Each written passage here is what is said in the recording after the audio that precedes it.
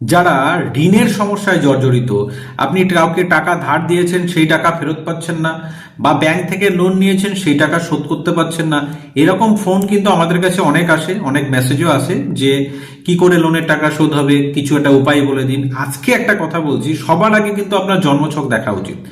লাল কিতাবের মত অনুযায়ী আপনার জন্মছকে যদি চন্দ্র আর কেতু, মাথায় রাখুন, কেতু আর চন্দ্র এই দুটো গ্রহ যদি একসঙ্গে থাকে, তাহলে কিন্তু আপনি যদি কাউকে টাকা ধার দেন সেই টাকাও আপনি কিন্তু ফেরত পাবেন না।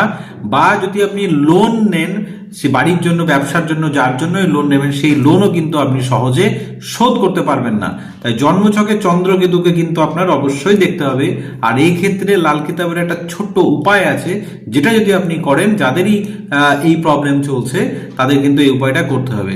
লাল কিতাবের মত অনুযায়ী যদি আপনি শুক্রবার দিন করে লস্যি, যেটা দুধ দিয়ে তৈরি হয় লস্যি, যদি আপনি লস্যি খান, বা সপ্তাহে একদিনও যে কোনো দিনই খান, তাতেও কিন্তু কোনো অসুবিধা হবে না। কিন্তু আপনাকে লস্যিটা খেয়ে যেতে হবে কন্টিনিউয়াসলি।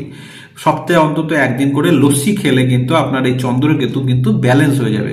আর একটা জিনিস কিন্তু আপনাকে করতে হবে, সেটা আপনাকে মাথায় রাখতে হবে ভালো করে, যে ধরুন কোনো একটা জায়গায় যেখানে অন্য কেউ টয়লেট করে গেছে, ঠিক আছে, সেই জায়গায় কিন্তু আপনার টয়লেট করা যাবে না। মানে একজনের যেখানে টয়লেট করে গেছে সেইখানে কিন্তু আপনাকে টয়লেট করা যাবে না।